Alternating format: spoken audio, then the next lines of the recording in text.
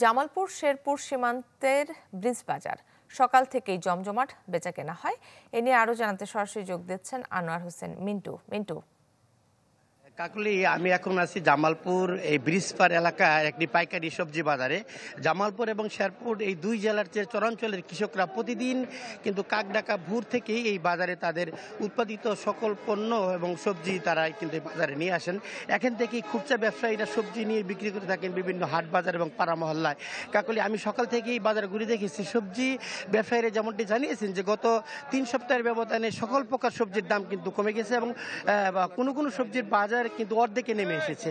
এতে একদিকে যেমন বাজার ব্যাগ ভর্তি করে বাজার নিয়ে যাচ্ছে ক্রেতারা, অপরদিকে কিন্তু আবার ক্ষতিগ্রস্ত হচ্ছে কিছু যে সবজি উৎপাদনকারী যারা কৃষক তারা কিন্তু ক্ষতিগ্রস্ত হচ্ছে। আমি কিন্তু এখন এই বাজারে যখন পাইকারি বিক্রেতা তার সাথে একটু কথা বলতে চাই যে এই বাজারের যে বর্তমান আজকের পরিস্থিতি বা বাজার দর নিয়ে আমি একজন পাইকারি যে বিক্রেতা তার সাথে কথা বলতে চাই। আপনি যদি আমাদের একটু বাজার দর সম্পর্কে বলতেন যে 3 সপ্তাহ আগে কি ছিল, বর্তমানে কি বাজার, একটু যদি বিভিন্ন সম্পর্কে একটু আমাদের বলতেন। গত 3 সপ্তাহ আগে আপনার বিভিন্ন সবজির দাম ছিল 50 থেকে 60 টাকা কেজি।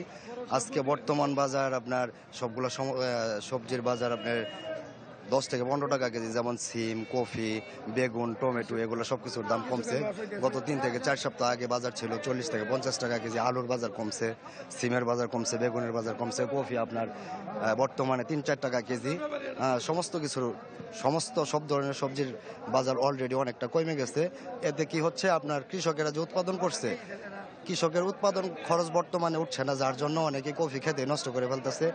আলুর বাজার যেটা ছিল আপনার গত 2-3 সপ্তাহ আগে 40-50 টাকা কেজি, এটা বর্তমান 20-22 টাকা কেজি। আপনার বেগুন 10 থেকে 15 টাকা কেজি। টমেটো আপনার গত 2-3 সপ্তাহ আগে ছিল আপনার 40-50 টাকা কেজি, বর্তমানে 25-30 টাকা কেজি। আপনার শসার অবস্থাও খারাপ। সবকিছু মিলে আর কি সমস্ত সবজির বাজারই বর্তমান বাজারে অনেকটাই কম।